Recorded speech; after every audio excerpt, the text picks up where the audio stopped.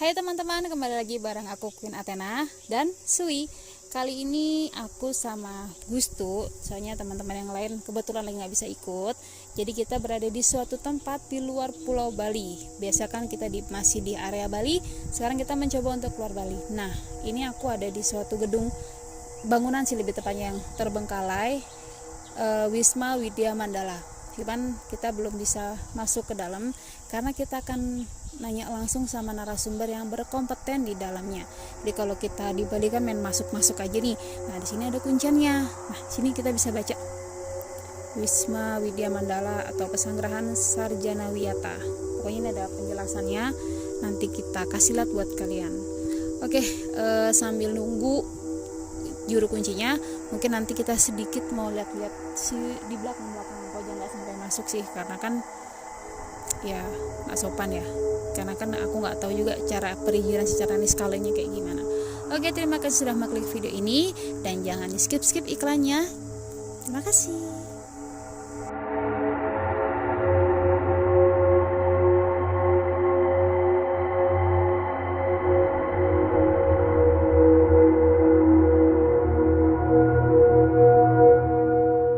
Nah, sekarang kita akan tanya langsung sama yang berkompeten dalam hal penjelasan ini. Kita panggil langsung yuk, Mas Rey. Halo, salam kenal. Aku Queen, ini Sui. Salam kenal. Jadi boleh kenalin dulu ke teman-teman Athena Fortune. Oke, teman-teman Athena Fortune, nama saya Reynaldi. Bukan tukul ya? Bukan yang gini-gini. Biasa teman-teman manggil saya Rey. Jadi memang di keluarga besar kita dipasrahin rumah ini dulunya sejak sebelum letusan Merapi tahun 94. Ya. Oh, jadi emang turun temurun gitu ya? Bukan turun temurun, memang kebetulan di keluarga saya baru sekitar itu saja. Sebelumnya baru tahun itu. Ya, sebelumnya ini kan dulu sempat dibeli sama Pak Tomo, Slamet Sutomo. Itu adalah guru besar dari UGM. Beliaulah pendiri Fakultas Kedokteran Gigi di UGM. Oke. Kalau nggak tahu kalian bisa googling. Yeah. Oke, terima kasih sedikit penjelasannya. Tapi sambil biar seru nih, boleh nggak sih kita langsung masuk ke dalam atau gimana? Karena kan ini kita lihat udah kayak gini ya. Jadi masih boleh masuk? Kalau untuk masuk saya sarankan lebih baik jangan, karena memang dari faktor keamanan sangat tidak menjamin. Karena kemarin sempat ada cuaca burung, terus ini tiba-tiba ambles begitu saja. Mungkin kalau mau melihat dari sisi dalamnya, kita bisa muter ke sana, kita bisa lihat dari luar. Tapi kalau misalkan nanti Mbak memungkinkan untuk masuk ke dalam, monggo saja, silakan. Asal hati-hati gitu ya. Asal hati-hati. Dan di sini tidak ada asuransi. BPJS belum bayar lagi. Oke, jadi memang itulah sebabnya kita dianjurkan untuk malam ya. Ya. Bukan kita takut loh ya, tapi karena memang ini ya, bukan nantang, maaf, maksudnya tuh kayak ya supaya nggak jatuh gitu kan. Ya. keamanan. Jadi kita mending langsung masuk ke dalam. Yuk. Oke, mari. Ditemani Om Rey asik Om. Jadi kondisinya sudah memang sangat memprihatinkan sekali, karena memang sudah bertahun-tahun, puluhan tahun ya. Ini pas Merapi kena. Ya, ketika tahun 94 Merapi erupsi, daerah sini sempat terbakar, Mbak. Bahkan ada beberapa warga yang menjadi korban Merapi, bahkan sampai kakinya itu menempel sama sendal. Astaga. Nah, dulu di belakang warung yang ini berderet ke sana, itu ada warung-warung, ada sekitar 20 warung. Itu terbakar semua. Berarti makan korban jiwa ya? Korban jiwanya ada, cuman bukan dari sini ya. Kalau dari sini korbannya korban luka-luka saja. Nah, sejak tahun 94 area ini dikosongkan. Padahal sebenarnya yang di atas ini ada wisata Gua Jepang, atau orang-orang menyebutnya Telaga Nirmolo. Dulu sangat ramai. Nah, sebelum tahun 94 di situ masih ada kolam renang bikinan Belanda, Mbak. Oh ya, gitu. Bahkan ada stasiun TV swasta dulu yang uji nyali di sini dan berhasil mendapatkan eksistensi. Iya, 1 keris, Mbak. Mantap. Itu cuman sayangnya sekarang dibikin parkiran dan kolam renangnya ditutup. Jadi dulu ini apa nih kalau boleh tahu, Pak? Nah, kita mulai dari sini. Ini sebenarnya dulu adalah toilet. Ya, ini adalah toilet, masih bisa dilihat bilik-biliknya. Jadi memang ada beberapa, karena ini dulu daerah wisata. Terus di Percanggrahan Sana Taman Siswa ini dulu dipakai untuk kegiatan mahasiswa, ngumpul-ngumpul mahasiswa, mahasiswa ya. untuk makrab segala macam. Tapi setelah kejadian tahun 94 itu ini benar-benar dikosongkan. Jadi bisa dihitung sekarang tahun 2022 sampai tahun 2019. Hitung guys. Ya, Itu lama banget. Dan memang setelah itu karena wisata ini ditutup, di sini jarang sekali dikunjungi oleh orang. Apalagi ini bangunan memang peninggalan dari zaman Belanda. Ya, jadi asal usulnya dulu seperti apa belum terlacak sampai sekarang. Yang jelas ini sebuah bangunan yang ikonik di sini. Ikonik. Iya. Salah satu ikoniknya ya. Kalau menurut Mas Rey sendiri nih, apa sih yang bikin di sini katanya angker, katanya orang gitu kan? Ya. Apa? Jadi pengalaman orang kadang-kadang berbeda-beda, Mbak. Seperti dulu saya membersihkan lahan yang di depan sana, di depan rumah ini saya bikin tempat duduk karena ini ikonik di Kaliurang ini, saya ingin menghidupkan ini untuk dikunjungi dan sebisa mungkin saya bikin ini orisinil, tidak dicat lagi, tapi ternyata berjalannya waktu ada tangan-tangan jahit seperti ini. Oh iya, coret-coret ya. Ya, waktu itu siang hari saya Mas Anggara Daniawan yang sekarang menjadi Kepala Dusun Kaliurang Timur sama Pak Sutarman itu membersihkan rumput-rumput yang ada di depan sana. Kita membuat tempat duduk yang saya alami dan teman-teman saya itu juga melihat tanpa ada api, tanpa ada apa-apa, tiba-tiba muncul atap di bangunan yang roboh ini, Mbak. Saya kira cuma kabut. Awalnya saya merinding, Mbak. Oh iya. Awalnya cuma seperti kabut itu terus menggumpal semakin gede. Karena saya penasaran saya tinggi, akhirnya dari depan saya masuk, saya lihat tidak ada asap, saya keluar masih ada asapnya. Akhirnya kita hentikan kegiatan waktu itu. Jam berapa tuh?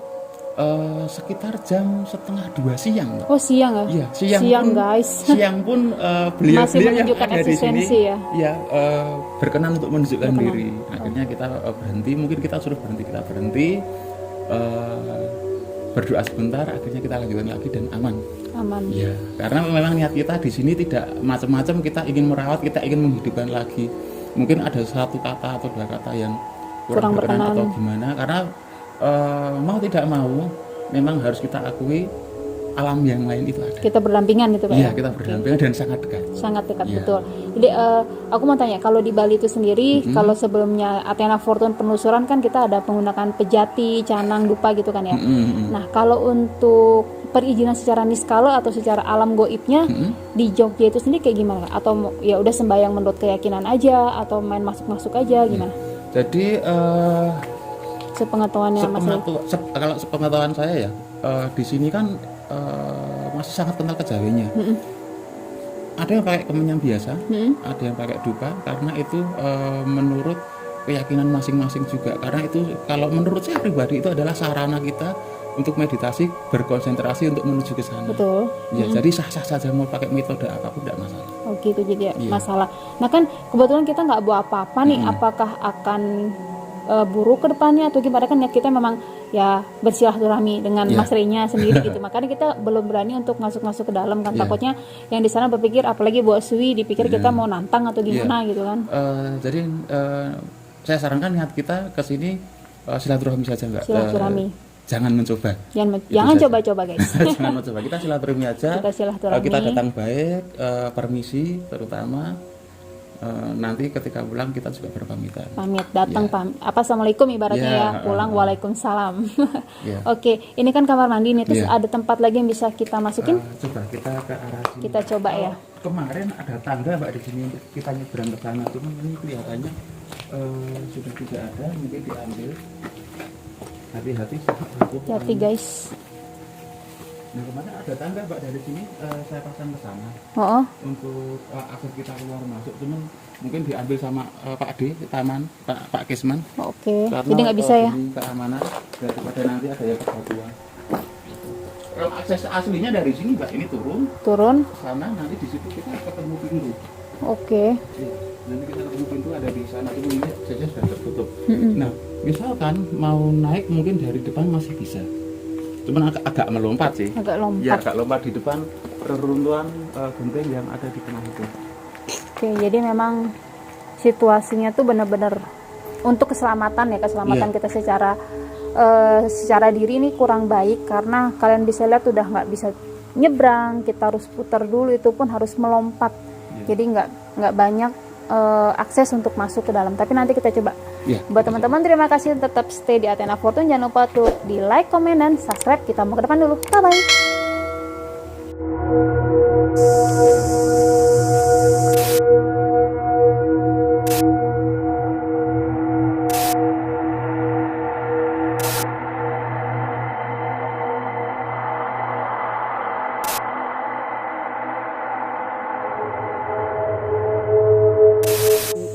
Oke, kita bakal naik ya Pak ya.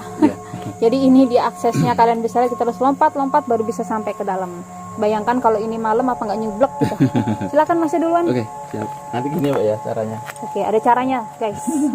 Yap. Oke, selepet. Kita coba. Sebentar.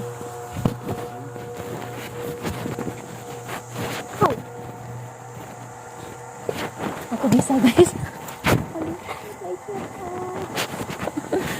Was. Udah.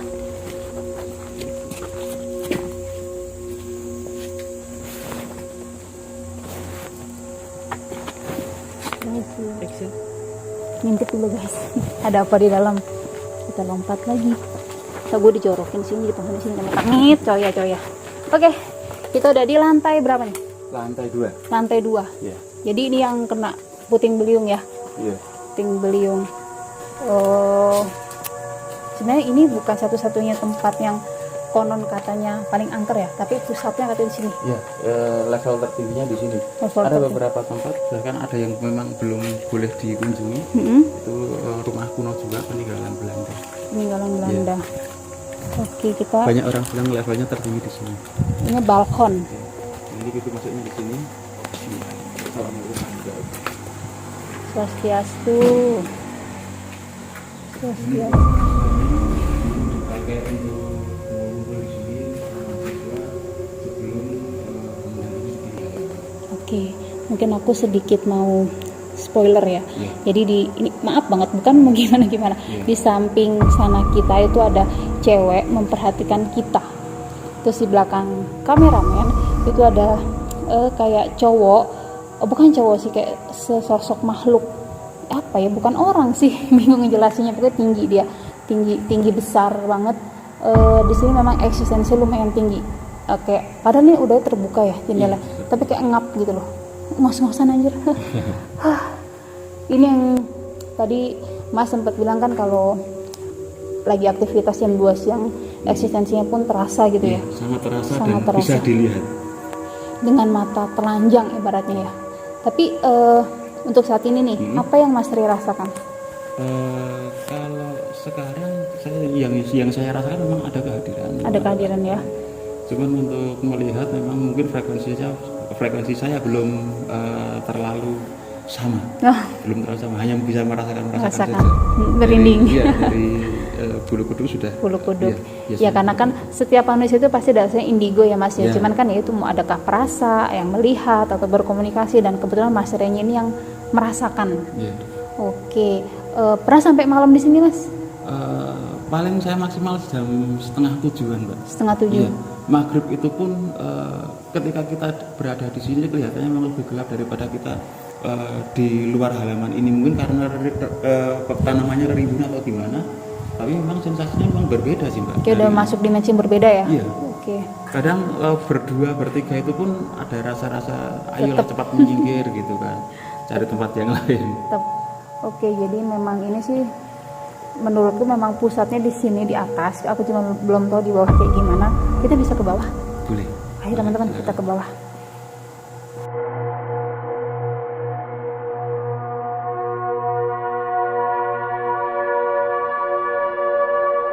Ya, kita coba turun. Okay. Mari. Kuncinya duluan. Bukan kuncian. Yang udah kenal. Iya.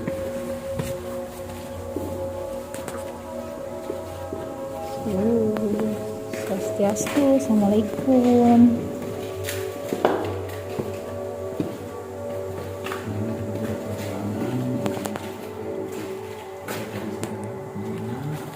juga ada ruang untuk Siapa tadi yang lari? Dari situ ada yang lari. Iya. Kenalan. Ruang seperti itu Mbak. Cepet ya, cepet gitu ya. Kenalan dulu.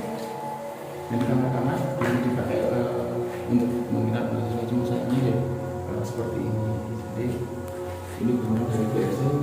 Aslinya ini aula terbuka dulunya. Disekat-sekatnya sama sendiri ya? Iya. Akhirnya jadi seperti ini karena termakan usia. Termakan usia. Kalau sebenarnya bangunan yang bawah ini lebih kokoh daripada yang atas. Nah, ini caranya sudah betul. Betul. Kita ke sana yuk. Boleh. Tuh kamar mandi ya. Ini kamar mandi. Tadi ada yang lari sih. Iya. Kayak gini nih kamar mandi. Kok gini sih pintunya? Oh karena ditutup Iya, sendiri ya? Ditutup. Karena ditutup. Tutup sendiri, dibolongin sendiri. Mandiri ya. Keren. Di sini sih kita kalau Mas Rey, apa yang Mas Rey rasakan? Kalau Lebih ngap kah atau sensasinya sebenarnya harusnya di sini lebih kerasa karena di mana ada sesuatu yang lembab biasanya di situ cuma di atas tanah ini lebih tinggi. Lebih terasa ya? Ya, benar. Kita udah di ruangan berikutnya nih ke Mas ya. Ya. Dulu nih apa nih? Ini dulu Dapur bukan ya? bukan, ini dulu difungsikan untuk tempat tidur bisa. Ini nggak tahu deh. Yang terakhir karena kita tidak terlalu mantap. Yang terakhir ini difungsikan untuk apa? Iya ya. Ya. Aneh. Di sini aku udah mulai ngerasa mual karena harus menolak yang mau masuk atau yang mau deket-deket. Jadi ini ruangan yang ya lumayan sih. Tetap energinya kuat yang di atas ya Mas. Kuat yang di atas. Kuat yang di atas. Mungkin kita ke ruangan lain. Cuman BTW mungkin kamera cuma bisa sampai di sini karena pas masuk ke dalam itu gelap banget, nggak akan terdetek. Jadi sampai sini ya. Bye bye.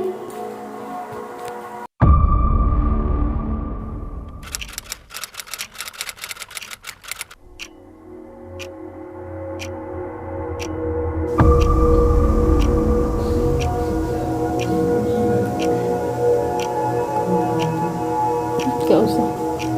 Di sini nggak ngasih. Ini cabut. Kita keluarin nggak usah di sini. Nggak dikasih Pak. Terima kasih kami.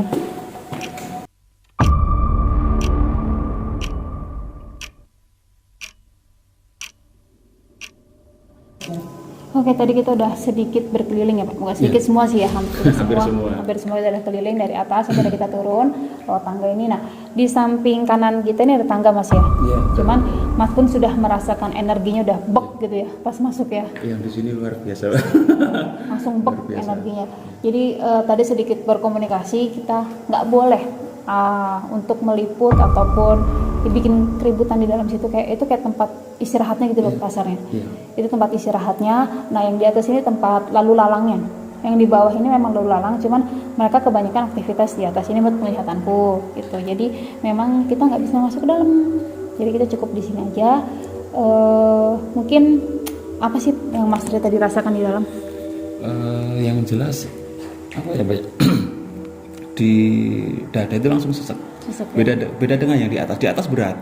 Ketika di sini lebih ringan. Ketika saya mencoba masuk, saya salam, sini langsung nyet gitu ya. Gitu. Karena langsung masuk dimensi yang berbeda. Iya. Oke. Jadi lebih terasa. Itu juga tadi sempat ada yang lari di kamar mandi ya. Sempat lihat. Iya. Kayak anak kecil lari gitu. Aku nggak sempet dapet eksistensinya. Oke, mungkin nanti kita akan lanjutin di luar. Jadi kita mau cari jalan keluar lagi. Dan teman-teman, terima kasih sudah mengklik video ini, perjalanan Athena Fortune ke Jogja bareng aku Vin Athena, Sui dan Gustu. Mungkin teman-teman yang lain nanti Ayah Angga, Barda akan ketemu di Bali lagi. Terima kasih yang sudah stay dan terus mendukung Athena Fortune. Jangan lupa untuk di like, komen, dan subscribe. Thank you.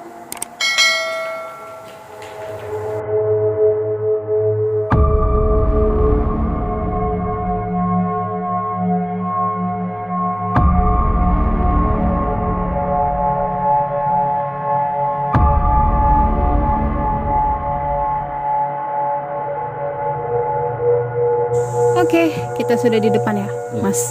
Setelah kita penelusuran. Berpenelusuran enggak lah, kita cuma lihat-lihat aja silaturahmi ya. Kita nggak ngapa-ngapain kok. BTW terima kasih Mas untuk waktunya. Kita sudah diberikan kesempatan untuk masuk karena jarang-jarang kan kita bisa masuk ya. Dan ini memang suatu apa rezeki ya, bisa ketemu nih. Karena rezeki itu bukan hanya uang tapi pertemanan. Jadi mungkin ada yang mau disampaikan nih buat teman-teman Athena 14 di luar sana? Kita hidup di dunia ini tidak sendirian. Tidak sendiri. Kita berdampingan dengan hal-hal yang gaib dan itu memang harus kita percayai itu ada. Itu ada. Ya. Siap, mantap. Yang penting kita menyadari, jangan menantang atau apapun karena kemampuan mereka dan kita belum tentu sama atau kita lebih tinggi. Betul. Kayak itu tadi petuah dari Kuncen. Asik.